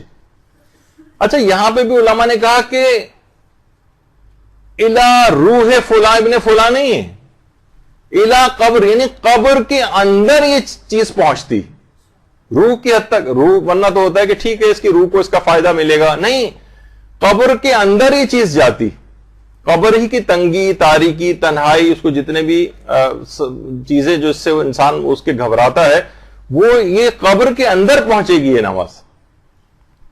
تو اس کے الفاظ سے بھی یہ پتہ چلتا ہے۔ اچھا، بہت سے لوگ کہتے ہیں کہ کیا ہمیں تو عربی اتنی صحیح نہیں آتی، تو یہ نماز وحشت قبر کے بعد کی جو دعا ہے اس کو کیا عربی ہی میں پڑھنا ضروری ہے؟ تو اس کا جواب یہ کہ نہیں، اس کو عربی میں پڑھنا بہتر تو ہے لیکن ضروری نہیں۔ اردو کے اندر بھی پڑھ سکتے ہیں اور کہہ سکتے ہیں درود پڑھنے کے بعد مثلا آپ یہ کہیں کہ پروردگار اس نماز وحشت قبر کا ثواب فلاں مرحوم کو پہنچے۔ اچھا، پھر اس کے اندر یہ کہ یہ جو کہ فلاں ابن فلاں میں تو کیا اس کا نام لینا اور اس کے والد کا نام لینا کیا ضروری ہے؟ تو اس کا جواب ہے کہ نہیں، یہ نام لینا بھی کوئی ضروری نہیں، پتا ہو تو نام لے لیں اس کا، یعنی نام معلوم ہو تو نام لے لیں، والد کا نام معلوم ہو تو نام لے لیں، ورنہ دماغی اعتبار سے مشخص کرنا کافی۔ مثلا کوئی کہے کہ آج میں مثلا نماز جماعت کے لیے مسجد گیا تھا، جس مرحوم کی جو آج نماز جنازہ پڑھی گئی تھی اس کے بعد اسے تدفین کے لیے لے گئے تھے، اب رات کے 7-8 بج رہے ہیں، تو وہ اس مرحوم کے لیے میں یہ نماز وحشت قبر پڑھتا ہوں، تو اس لحاظ سے اتنا بھی کافی۔ یا میرے جو فلاں رشتہ دار یا فلاں مومن کا جہاں آج مسجد میں اعلان ہو رہا تھا، جن کے لیے اب مجھے ان کا نام یاد نہیں رہا، لیکن میں ان کے لیے مثلا یہ نماز وحشت قبر پڑھتا ہوں، یعنی اس کا نام لینا ضروری نہیں۔ حتیٰ کہ جو سورہ فاتحہ پڑھی جاتی ہے، حتیٰ کہ جو تلاوت قرآن کی جاتی ہے، اس کے میں بھی کہیں پہ بھی نام لینا ضروری نہیں۔ البتہ اگر والدین کے لیے نیک اعمال یہ سورہ فاتحہ یا وغیرہ جو پڑھی جاتی ہے، اس میں بہتر ہے کہ والدین کا نام لیا جائے۔ مثلا حقیقت یہ ہے کہ انسان جیسے اکثر بچوں سے بھی پوچھیں تو ان کو اپنے دادا کا نام نہیں پتا ہوتا، پردادا کا تو بہت ہی شاذ لوگوں کو پتا ہوتا ہے۔ تو بس دیکھا جائے تو ناموں کی حقیقت یہی ہے کہ انسان جن کے لیے اتنی محنتیں کرتا ہے، ایک نسل کے بعد تو لوگ اس کا نام بھی بھول جاتے ہیں۔ تو بہرحال اس جگہ کو یاد رکھنا چاہیے کہ جہاں ہمیشہ رہنا ہے۔ جی وہ ہاں، میں ابھی آ رہا ہوں، یہ سارے مرحلے وار اسی کے اوپر۔ تو ابھی فی الحال تو یہ ہے کہ نام لینا ضروری نہیں ہے۔ اچھا، اس کے بعد پھر ایک مسئلہ یہ آتا ہے، یہ چلیں ابھی ان کا بھی جواب دے دیا جائے کہ کوئی نہ کوئی تو آج مومن مرا ہی ہوگا۔ مثلا ہم نہ مسجد گئے، نہ کسی سے کہیں سے اطلاع کوئی آئی، لیکن اتنی بڑی دنیا ہے، کوئی نہ کوئی تو مومن اس دنیا سے گیا ہوگا، تو جو بھی گیا ہو اس کو وحشت قبر، یا ایک ضروری نہیں کہ ایک گیا ہو، بہت سارے گئے ہوں، مثلا ہو سکتا ہے کہ ایک دن میں 100 مومنین جو انتقال کر گئے ہوں پوری دنیا میں ملا کر، تو رجائے مطلوبیت کی نیت سے ان سب کے لیے بھی ایک ہی نماز وحشت قبر پڑھی جا سکتی، رجائے مطلوبیت کی نیت سے. شاید یعنی رجائے مطلوبیت کہتے ہیں کہ یقینی طور پر ہم اس کو مستحب نہیں قرار دے سکتے، لیکن یہ کہ یعنی روایت میں ایک شخص کے لیے ایک نماز وحشت قبر کا حکم آیا ہے، تو کیا بہت سارے اشخاص کے لیے ایک ہی نماز پڑھی جا سکتی ہے؟ تو اس پہ علماء نے کہا کہ رجائے مطلوبیت کی نیت سے بہت سارے اشخاص کے لیے بھی نماز وحشت قبر پڑھی جا سکتی ہے. پھر ایک سوال اس کے اندر یہ آتا ہے کہ کیا نماز وحشت قبر کو مستحب کی نیت سے پڑھ سکتے ہیں؟ مستحب کی نیت سے اس میں علماء خاص طور پر جو موجودہ مراجع ہیں، آیت اللہ سیستانی فرماتے ہیں کہ، اور آیت اللہ خوئی بھی یہ کہتے تھے کہ اس کو مستحب کی نیت سے نہ پڑھا جائے، بلکہ انہوں نے لکھا ہے کہ سزاوار یہ ہے، بہتر یہ ہے کہ اس نماز کو پڑھا جائے، کیونکہ آیت اللہ سیستانی اور آیت اللہ خوئی بھی وہ مستحبات کی دلیلوں کے لیے بھی اس کی مضبوطی کے قائل تھے. ابھی ہم اس بحث کے اندر نہیں جا رہے، کچھ سندی اشکالات علماء کے اندر ہوتے ہیں، سند کے اوپر بحث ہوتی ہے، تو اس لحاظ سے آیت اللہ سیستانی نے کہا کہ اس نماز کو پڑھنا چاہیے، ینبغی، سزاوار یہ ہے، بہتر یہ کہ اس نماز کو پڑھو، لیکن مستحب کی نیت نہ کریں، رجائے مطلوبیت کی نیت سے تاکید آئی ہے اس کی، اور بہرحال اس نماز کو جو ہے وہ پڑھ لیا جائے. اور دیگر علماء بھی جنہوں نے مستحب کے طور پر بھی اس کو لکھا ہے، وہ بھی انہوں نے قاعدہ تسامح کو استعمال کرتے ہوئے مستحب کے طور پر لکھا ہے، ورنہ سند کے اعتبار سے اس کے اندر کچھ اشکالات ہیں. اچھا، ابھی تک تو آپ نے سنا، کیا اس نماز کو کیا کبھی یہ نماز واجب بھی ہو جاتی ہے؟ تو جی ہاں، نظر کر کے اس نماز کو واجب بھی کیا جا سکتا ہے. تو دیکھیے ہمارے یہاں نظروں کا بس صرف ایک مٹھائی اور کھانا اس سے صرف سروکار رہ گیا ہے، دوسری طرف بھی نگاہ ہونی چاہیے آپ کی، جو اور زیادہ ثواب پہنچانے والی نظریں ہیں وہ ماننی چاہیے. اس میں یہ کہ اگر میرا فلاں کام ہو گیا تو جس مومن کی بھی مرنے کی اطلاع میں اس کے لیے اس رات نماز وحشت قبر پڑھوں گا. اب کیا ہے، نظر کر کے اپنے اوپر واجب کر لیا آپ نے، تو بہرحال اس لحاظ سے اس نماز کا ثواب بھی زبردستی اب آپ کو یہ نماز پڑھنا پڑے گی، ورنہ ہو سکتا ہے کہ اگر واجب نہ کرتے تو سستی آ جاتی، لیکن اب آپ کو دماغ میں رہے گا کہ میں نے نظر کر کے واجب کی. تو ویسے تو یہ نماز مستحب کی نیت سے بھی نہ پڑھی جائے، رجائے مطلوبیت کی نیت سے پڑھی جائے، لیکن اس کو واجب بھی کیا جا سکتا ہے اگر نظر کر لی جائے. اور اب اچھا اب آ جائیے نماز وحشت قبر کا وقت کب سے کب تک ہوتا ہے.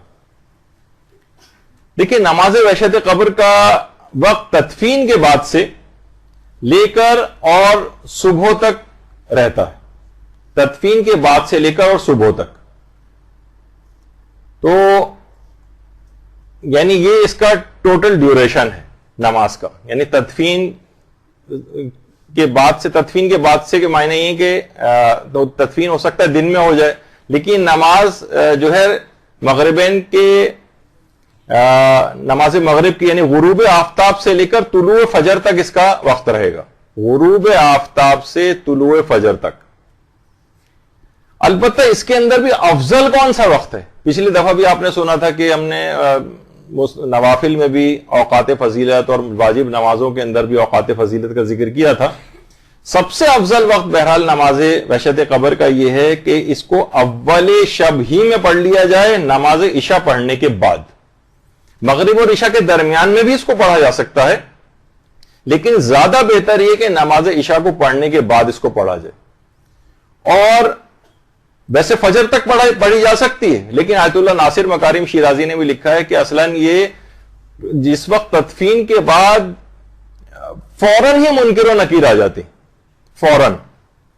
بلکہ روایت میں یہاں تک ہے کہ ابھی لوگ تدفین کر کے گھر پہنچے بھی نہیں ہوتے کہ سوال منکر و نکیر وغیرہ سب مکمل ہو چکا ہوتا ہے. تو بہرحال اس لحاظ سے اس کو جلد سے جلد پڑھ لینا چاہیے، جتنے بھی جلد ہو سکے. اول شب کے اندر بہتر ہے پڑھا جائے، اور نماز مغربین کو پڑھنے کے بعد نماز عشاء کو پڑھنے کے فوراً بعد اس نماز کو پڑھ لینا بہتر ہے، اگرچہ وقت اس کا طلوع فجر تک چلے گا. زیادہ بہتر یہی ہے. اچھا البتہ اگر تدفین میں کبھی تاخیر ہو جائے تو کیا نماز وحشت قبر میں بھی تاخیر ہوگی؟ جی ہاں، تدفین میں اگر تاخیر ہو رہی ہے تو نماز وحشت قبر پڑھنے میں بھی تاخیر کی جائے گی. جب تک تدفین نہیں ہو جائے گی تب تک نماز وحشت قبر کا دوسرا والا جو طریقہ ہے وہ جو اصل دفن کے بعد والی جو نماز ہے وہ نہیں پڑھی جا سکتی جب تک کہ تدفین نہ ہو جائے.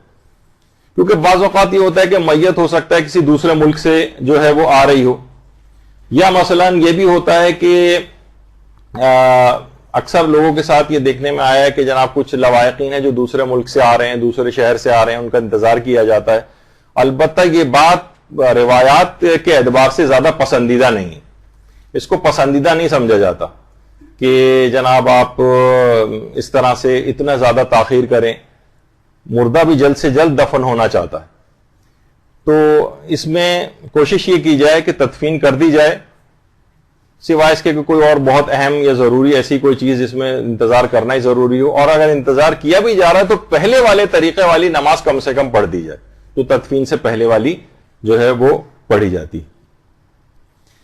اچھا اگر میت دن میں دفن ہو چکی ہو تو کیا دن میں ہی نماز وحشت قبر پڑھ سکتے ہیں؟ ظاہر ہے میت دن میں ہی دفن ہو گئی 3-4 بجے، تو جواب یہ کہ جی نہیں، دن میں نماز وحشت قبر نہیں پڑھی جائے گی، نماز وحشت قبر رات ہی کو پڑھی جائے گی، اور اتنی دیر انتظار کرنا پڑے گا یہاں تک کہ رات شروع ہو جائے. چاہے ہو سکتا ہے فجر کے بعد تدفین ہو گئی ہو سکتا ہے ظہر کے وقت تدفین ہو گئی ہو، ظہر کے بعد تدفین ہو گئی ہو، لیکن انتظار کرنا پڑے گا غروب آفتاب کا، اور جب غروب آفتاب ہو جائے گی تب یہ نماز پڑھی جائے گی. اچھا بعض اوقات یہ ہوتا ہے کسی مومن کے مرنے کی کوئی اطلاع نہ ہو، غائب ہو جائے، اور امکان ہو کہ شاید یہ مومن انتقال کر گیا ہوگا، بہت عرصے سے اس کی کوئی خبر نہیں آ رہی. تو مثلا جنگ ہے، جنگ میں کوئی شخص غائب ہو گیا، بہت سارے ایسے چیزیں ہو سکتی ہیں. تو بہرحال اگر کوئی شخص مستحب تو نہیں ہے اس لحاظ سے کہ اس کی نماز وحشت قبر جو ہے وہ پڑھی جائے، البتہ کچھ علماء نے پھر بھی کہا کہ رجائے مطلوبیت کی نیت سے پڑھ سکتے ہیں. ایک بہرحال ایک اچھی چیز یہ ہے کہ نمازی تو ہے، اور نماز پڑھ کے اس کا ثواب کہ امید ہے کہ پروردگار اس کا ثواب اس کو اس شخص تک پہنچا دے جو ہمیں پتہ نہیں چل رہا ہے. اچھا بہت سے ایسے بھی ہوتے ہیں کہ اگر مرنے کے کئی دن بعد اطلاع ملے، ہمارا تو بہت دل تھا کہ فلاں ہمارا رشتہ دار ہے، ہم اس کی نماز وحشت قبر پڑھتے، لیکن کیا کریں اطلاع ہی ہمیں 1 ہفتے بعد مل رہی ہے. تو جیسے ہی اطلاع ملے کہ ہم اس رات کو نماز وحشت قبر پڑھ سکتے ہیں، تو جواب ہے کہ جی نہیں، نماز وحشت قبر کئی دنوں کے بعد نہیں پڑھی جا سکتی، اور اس کے لیے آپ عام 2 رکعت نماز پڑھ کر ہدیہ کر دیں، نماز ہدیہ میت اس کے لیے پڑھ لیں، لیکن بہرحال نماز وحشت قبر نہیں پڑھی جا سکتی. اس کا وقت کیونکہ مخصوص ہے، وہ گزر گئی ہے پہلی رات، تو اب نہیں پڑھی جا سکتی. اگلے دن کیا نماز وحشت قبر پڑھ سکتے ہیں؟ وہ اس رات ہم کسی وجہ سے نہیں پڑھ سکے تو اگلی رات کو ہم پڑھ لیں یا اگلے دن میں پڑھ لیں. تو علماء کہتے ہیں نہیں، اس کا وقت بھی نکل گیا، اب نماز ہدیہ میت وغیرہ پڑھ لیں. البتہ کچھ علماء ہیں جیسے آغا خوئی، وہ کہتے تھے 1 رات یا 2 راتوں تک پڑھ سکتے ہیں، اس سے زیادہ اگر دیر ہو جائے تو پھر نہیں پڑھ سکتے. لیکن بہرحال یہ کہ اگلے دن کے لحاظ سے یعنی اگر وہ رات نکل گئی تو پھر آپ نماز ہدیہ میت وغیرہ پڑھیں، نماز وحشت قبر نہ پڑھیں. اچھا جو انتقال کے کافی عرصے بعد دفن ہو، اس کے لیے نماز وحشت قبر کب پڑھی جائے؟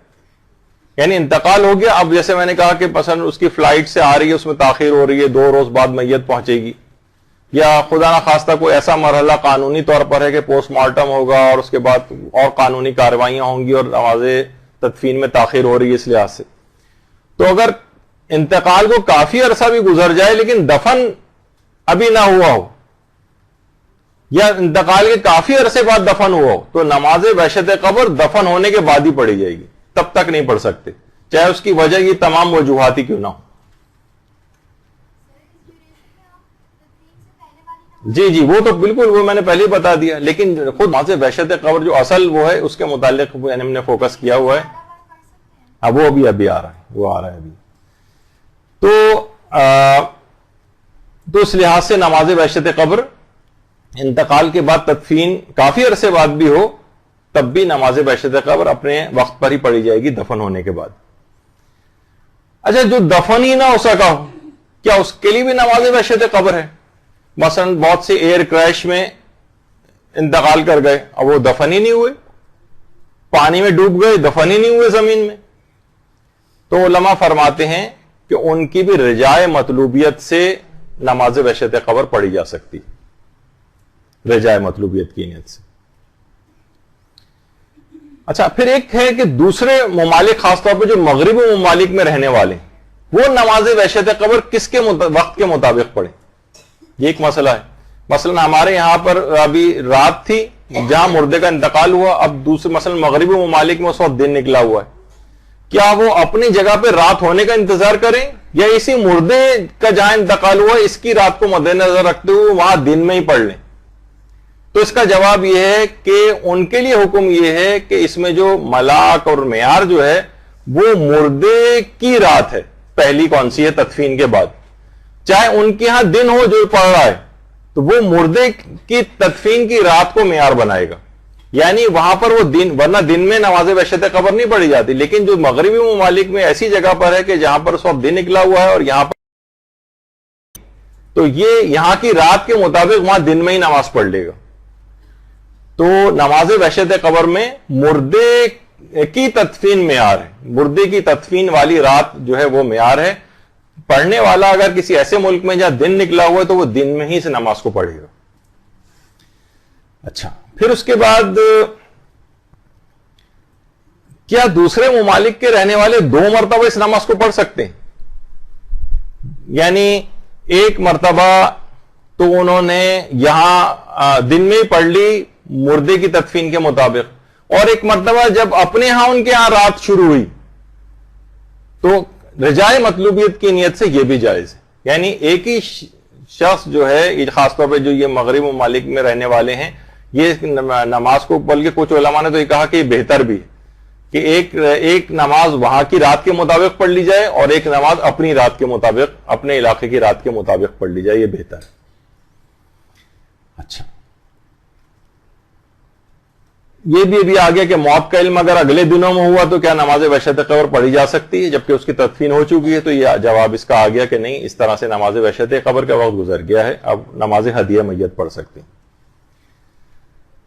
اور 1 یا 2 راتوں والا مسئلہ جو ہے وہ آیت اللہ خوئی نے خاص طور پہ لکھا ہے کہ 1 راتیں یا 2 راتیں اگر گزر جائیں اس کے بعد نہیں پڑھی جا سکتی, لیکن 1 یا 2 راتوں کی حد تک نماز بحشت قبر کو پڑھا جا سکتا ہے. لیکن آیت اللہ سیستانی نے تو بہرحال عمومی طور پر یہ لکھا ہے کہ بس تدفین والی رات اس کو پڑھا جائے اور باقی دنوں میں اس کو نہ پڑھا جائے.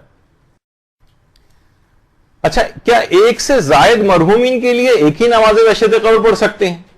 یہ بھی ابھی آ گیا اس سے پہلے کہ بہت سے مومنین ایک ہی دن میں دنیا سے انتقال کر جاتے ہیں, تو کیا سب کے لیے پڑھ سکتے ہیں؟ تو یہ جواب ابھی آ گیا کہ اگرچہ ایک مرحوم کے لیے ایک ہی نماز بحشت قبر پڑھی جاتی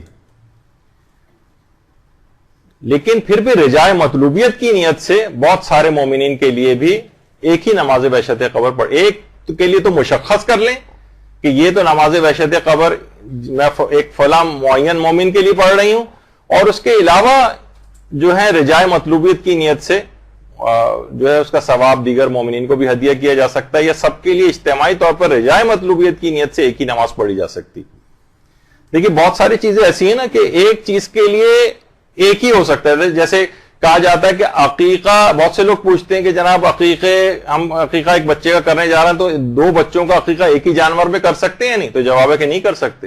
ایک عقیقہ میں ایک ہی شخص کی طرف سے ایک عقیقہ کا جانور قربان ہو سکتا ہے. 2 اگر عقیقے کرنے ہیں 2 الگ الگ بچوں کو 2 جانور قربان کرنے پڑیں گے. یعنی ایک ہی کے اندر 2 چیزیں شامل جو ہے وہ نہیں ہو سکتی کہ 2 افراد یا 3 افراد یا گھر کے تمام افراد کا عقیقہ ایک ہی جانور میں ہو جائے, ایسا نہیں ہو سکتا. اسی طریقے سے ایک نماز بحشت قبر ایک ہی مومن کے لیے پڑھی جائے گی, البتہ رجائے مطلوبیت کی نیت سے جائز ہے. جی ہاں سورہ قدر 10 دفعہ پڑھنی, بالکل. اچھا اب ایک ہے کہ ایک مشہور بھی ہوتی ہے بات کہ کیا نماز بحشت قبر کی اپیل کی جا سکتی ہے تاکہ بڑی تعداد میں لوگ اس نماز کو پڑھیں؟ تو علماء فرماتے ہیں کہ ویسے اگر دیکھیں تو اگر تمام مومنین میں سے فقط کوئی ایک شخص بھی نماز وحشت قبر ایک مومن کے لیے پڑھ دے تو اس کے لیے کافی، ایک بھی کافی. البتہ یعنی اس کے لیے بہت ماس لیول پر اپیلیں کرنا یعنی کی جا سکتی ہیں، اس کو روکنا بھی اس لحاظ سے نہیں چاہیے کہ ہر شخص، کیونکہ اس میں ہر شخص کے پڑھنے والے کا بھی ابھی آپ نے اجر و ثواب سنا ہے تو اس کا ثواب بھی دگنا ہو جاتا ہے اور اس کے نامہ اعمال کے اندر بھی کتنا ثواب لکھا جاتا ہے. تو اس میں اس لحاظ سے کوئی حرج نہیں ہے. اور بہت سارے افراد، بلکہ آیت اللہ ناصر مکارم شیرازی نے تو یہاں تک لکھا ہے کہ ایک آدمی کے لیے ایک شخص ایک معین کر کے نماز وحشت قبر پڑھ لے اور باقی جو افراد پڑھیں اسی شخص کے لیے وہ رجاء مطلوبیت کی نیت کرے. تو بہرحال یہ کہ ایک شخص کے لیے ایک نماز کافی ہے. البتہ یہ کہ زیادہ افراد بھی اگر پڑھیں تو رجاء مطلوبیت کی نیت سے پڑھ سکتے ہیں، اس کے اندر کوئی حرج نہیں.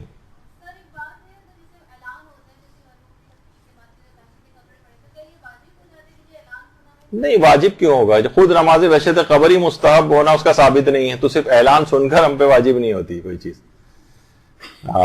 البتہ یہ ہے کہ ایک خود ہی انسان کو شوق پیدا ہوتا ہے، ثواب لینے کا ایک موقع اس کے ہاتھ میں آ جاتا ہے تو ضرور پڑھ لے. اچھا، اب جیسے کہ بھی آپ نے سنا کہ طلوع فجر تک مسلسل اس کے نامہ اعمال میں نیکیاں لکھی جاتی رہتی ہیں اور 40 درجات میں اس شخص کا اضافہ ہوتا ہے. جو شخص بھی نماز وحشت قبر پڑھتا ہے تو اس لحاظ سے کوئی ایسی سننے کو آتی ہے تو بہرحال انسان کو چاہیے کہ وہ نماز وحشت قبر پڑھے. اچھا، ایک چیز اور بھی مشہور ہے کہ مستحب یہ کہ نماز وحشت قبر میں 40 کا عدد مکمل کیا جائے. ایک چیز مشہور ہے تو کہ اس بات میں کس قدر صداقت ہے؟ علماء فرماتے ہیں کہ اس کی کوئی شرعی حیثیت نہیں ہے، اس بات کی اس کا کوئی شرعی پروف نہیں ہے، اور کہ 40 لوگ ہی اس کو پڑھیں. بہت سے لوگ تو باقاعدہ اس لحاظ سے وصیت کر کے بھی جاتے ہیں اور کہتے ہیں کہ نماز وحشت قبر کے لیے ہمارے مال سے 40 مومنین سے نماز وحشت قبر پڑھوائی جائے. تو اگرچہ وہ صحیح ہے، وہ بھی پڑھ سکتے ہیں، اس میں کوئی حرج کی بات نہیں ہے. لیکن بہرحال یہ کہ 40 کے عدد کی کوئی یعنی شریعت نے اس بات کا تقاضا نہیں کیا گیا ہے کہ آپ 40 کا عدد مکمل کریں. ایک شخص کے لیے بس ایک نماز جو ہے اس لحاظ سے کافی ہے. اچھا، کیا ایک مرحوم کے لیے ایک ہی شخص کئی بار نماز وحشت قبر پڑھ سکتا ہے؟ مثلا اس کے قریبی رشتہ دار ہیں، وہ چاہ رہے ہیں کہ نہیں، میرا ظاہر قریبی ہوتے ہیں تو ان سے جذباتی ایفیلیشن بھی زیادہ، ایک دفعہ ہم نے پڑھ لی لیکن دل کو قرار نہیں آ رہا، ہم چاہتے ہیں اسے اور فائدہ ملے، ایک اور دفعہ پڑھیں، ایک اور دفعہ دل چاہ رہا ہے، 3 دفعہ مثلا پڑھ رہے ہیں. تو کیا ایک ہی مرحوم کے لیے ایک ہی شخص کئی بار نماز وحشت قبر پڑھ سکتا ہے؟ تو جواب یہ ہے کہ رجاء مطلوبیت کی نیت سے پڑھ سکتا ہے. رجاء مطلوبیت والی نیت یعنی امید ثواب میں انشاءاللہ پروردگار، کیونکہ نماز بہرحال ایک اچھی چیز ہے تو اس کا ثواب اور فائدہ مردے کا بڑھتا چلا جائے، خود اس کے لیے بڑھتا چلا جائے. البتہ مستحب ہونے کی نیت نہیں کرے گا کہ اللہ نے کہا ہے کہ بار بار نماز وحشت قبر پڑھو، یہ والی نیت نہیں، بلکہ اپنی طرف سے ہم اس کو ایک امید ثواب کے اندر عمل کو انجام دینا چاہتے ہیں. اس میں بھی کوئی حرج نہیں. پھر ابھی ایک سوال آیا، اس سے پہلے ہوا تھا کہ کیا نماز وحشت قبر کو اجرت دے کر پڑھوا سکتے ہیں؟ اچھا، ہمارا پیسے دے کر پڑھوانا اور دوسرے کسی فرد کا پیسے لے کر اجرت پہ اس نماز کو پڑھنا، یہ جائز تو ہے، جائز تو ہے، لیکن علماء فرماتے ہیں کہ بہرحال اجرت کے عنوان سے اس کو نہ لیا جائے اور نہ دیا جائے، بلکہ دینے والا بخشش اور احسان کی نیت سے دے، اجرت کے طور پہ نہ دے. بہتر یہ ہے، یعنی جائز ہے پھر بھی، لیکن بہتر یہ ہے. مثلا کسی سے آپ نے کہا کہ مولانا صاحب آپ نماز وحشت قبر پڑھ دیجئے گا میرے فلاں رشتہ دار کے لیے. انہوں نے کہا جی جی ٹھیک ہے، پیسوں ویسوں کی کوئی بات نہیں ہوئی اور انہوں نے نماز وحشت قبر پڑھ دی. تو اس کے بعد آپ ہدیے کے عنوان سے ان کو نماز وحشت قبر کے وہ پیسے دے دیجئے، اور وہ شخص بھی لینے والا بھی ہدیے کے عنوان سے اس کو قبول کرے. یہ بہتر شمار کیا گیا ہے کہ یہ والی نیتیں ہوں، اس کے اندر اجرت والی بات نہ آئے. لیکن بہرحال اگر اجرت کے طور پر بھی ہو تو جائز ہے، یعنی اس میں کوئی ویسی حرج نہیں ہے کہ ایک مناسب اور افضلیت والی بات بتائی گئی. اچھا، اگر اجرت طے کر لی، مثلا بہت سے ہوتا ہے نا کہ فلاں رشتہ دار کی ہمارے طبیعت بہت خراب ہے اور آئی سی یو میں ہے اور ڈاکٹر نے جواب دے دیا ہے. اب کوئی مولانا صاحب آئے، آپ نے کہا مولانا صاحب اتنی اجرت دوں گا, آپ طالب علموں وغیرہ سے کہہ دیجیے گا اتنی تعداد کے اندر ان کے لیے نماز وحشت قبر پڑھ لیں. مولانا صاحب کو آپ نے پیسے دے دیے, وہ پیسے لے کے چلے گئے, اور ظاہر ہے کہ زندگی اور موت اللہ کے ہاتھ میں. بہرحال کئی دنوں بعد پھر ان صاحب کا جن کے متعلق کہا تھا انتقال ہوا. اب یہ جس نے اجرت لی تھی یہ بھول گیا اس رات کو پڑھنا. اب پہلی رات نکل گئی, اب اسے بعد میں یاد آ رہا ہے, تو کیا یہ کر سکتا ہے کہ بعد میں, کیونکہ اجرت لے چکے, اب بعد میں نماز وحشت قبر پڑھ لے؟ اب علماء نے کہا نہیں, اجرت لینا اس کا جائز نہیں ہوگا. یا تو مالک کو راضی کرے, یا مالک سے معاف کروائے, یا اس کو پیسے واپس کرے. اور اگر مالک نہیں مل رہا, پتہ نہیں جس نے کہا تھا وہ کہاں چلے گئے, اب ہمارا ملاقات بھی ان سے نہیں ہو رہی ہے, تو یہ پیسہ مجہول المالک کے حکم میں ہوگا, اور حاکم شرع کی اجازت سے اصل مالک کی طرف سے صدقہ کرنا پڑے گا. تو بہرحال کیونکہ ایک لحاظ سے تمام باتیں مکمل ہو جائیں نماز وحشت قبر کے اعتبار سے, کہ اگر کوئی شخص, کیونکہ مختلف جگہوں پہ لوگ اس کو سنتے ہیں, یا جو نماز وحشت قبر اجارے کے طور پر بالفرض اگر کر رہا ہے, تو اس کو تدفین والی رات ہی اس کو پڑھنا ہے. وہ رات اگر اس نے اس طرح کسی بھی وجہ سے نکال دی تو یہ اس پیسے کا مالک نہیں بنے گا. جو اجرت اس نے اس رات کی طے کی ہے, پھر یا تو مالک کو راضی کرو, یا اس سے معاف کرواؤ, یا اس کو واپس کرو. نہیں مل رہا تو مجہول المالک کے عنوان سے اصل مالک کی طرف سے ان پیسوں کو صدقہ کرو. یعنی کھا نہیں سکتے نا نماز وحشت قبر, بعد میں آپ پڑھ سکتے ہیں کہ بھائی ٹھیک ہے اس وقت تو میرا نکل گیا موقع, میں اجرت بھی لے چکا ہوں, تو میں بعد میں نماز کو پڑھ دیتا ہوں, ثواب تو مل ہی جائے گا. نہیں, ایسا نہیں کر سکتی. ابھی وہ بھی آ رہا ہے آگے, ساری چیزیں مکمل ہوں گی بھی خارج. اچھا, کیا بہت سے افراد کی طرف سے اجارہ لے کر ایک ہی نماز وحشت قبر پڑھ سکتے ہیں؟ بہت سے دیکھیے لوگوں کے متعلق یہ بات آتی ہے, وہ کیا کرتے ہیں کہ مثلا ایک ہی, جیسے ہوتا ہے نا کہ آپ سنتی ہیں کہ ایک ہی خاندان کے 20 افراد مثلا جو وہ ہو گئے کسی حادثے میں, کریش ہو گیا جہاز, اور بہت ساری وجوہات سے, تو اب لوگ ان اجارے کے اوپر نماز وحشت قبر جو ہے وہ پڑھوا رہے ہیں. اور مثلا 20 افراد کا اجارہ ایک شخص کو دے دیا گیا, اس نے کہا کہ 20 افراد کا اجارہ اس نے لے لیا پیسے, لیکن ایک ہی نماز وحشت قبر پڑھ کر سب کو اس کا ثواب ہدیہ کر دیا, سب کی طرف سے پڑھ دے, تو یہ کافی نہیں. یعنی اس کو جتنی اس نے اجارے لیے ہیں اتنی ہی نماز وحشت قبر پڑھنا پڑیں گی. یعنی جتنے اجارے ہیں اتنی ہی نمازیں پڑھنا ہے. یعنی یہ نہیں کر سکتا کہ سب کی طرف سے ایک ہی نماز جو ہے وہ پڑھ دے. اچھا, اب ایک سوال اس کے اندر یہ بھی کہ نماز وحشت قبر کو جماعت سے پڑھا جا سکتا ہے؟ جواب ہے کہ نماز وحشت قبر جماعت سے نہیں پڑھی جا سکتی. اچھا, پھر ایک اور سوال آتا ہے کہ دیگر مسالک میں بھی کیا نماز وحشت قبر کا کوئی تصور ہے؟ تو جواب یہ ہے کہ دیگر مسالک جو ہیں, یعنی فقہ جعفری کے علاوہ, ان میں نماز وحشت قبر کا کوئی تصور نہیں, بلکہ کچھ مسالک تو باقاعدہ اس نماز کا نام لے کر اس کو بدعت بھی قرار دیتے ہیں. اور اب میں اس کی تفصیل میں نہیں جا رہا, لیکن بہرحال یہ عمومی طور پر ہے, لیکن ہمارے ہاں باقاعدہ اس کی روایات موجود ہیں, اور اس کے ثواب اور فوائد جو ہیں وہ بتائے گئے. کیا غیر شیعہ مسلمان کی نماز وحشت قبر پڑھی جا سکتی ہے؟ تو اس کا جواب ہے کہ جی ہاں, غیر شیعہ مسلمان کی نماز وحشت قبر بھی پڑھی جا سکتی ہے, بشرطے وہ بلکہ ناصبی, وہ تو مسلمان ہی نہیں ہے, لیکن چلیں اس میں اضافہ کر دیتے ہیں, اگر ناصبی نہیں ہے, ناصبی سے مراد دشمن اہل بیت, ایسا دشمن اہل بیت جو علل اعلان رسول و امام سے اپنی دشمنی کا اظہار کرے, معاذ اللہ, وہ تو کافر ہے, وہ تو اس کو بلکہ مسلمان کے زمرے میں نہیں آتا. یعنی ناصبی کے لیے نہیں پڑھی جا سکتی, لیکن غیر شیعہ مسلمان کے لیے نماز وحشت قبر پڑھی جا سکتی ہے. دیکھیے بہت سارے افراد ایسے ہیں جن تک حق نہیں پہنچا, انہیں مستضعف کہا جاتا ہے, بہت سے لوگوں تک حق بات نہیں پہنچی ہے, اور ولایت امیر المومنین کے قائل نہیں ہیں. تو بہرحال پروردگار عالم, اور کچھ روایت سے یہ بات بھی پتہ چلتی ہے, اور اس کے واقعات بھی ہیں اور جو علماء نے نقل کیے ہیں, کہ قبر میں جانے کے بعد ایسے غیر متعصب افراد جو ہیں جن تک حق نہیں پہنچا ہے, ان کو قبر میں ولایت علی کی تعلیم دی جائے گی. اور اللہم صلی علی محمد و علی محمد.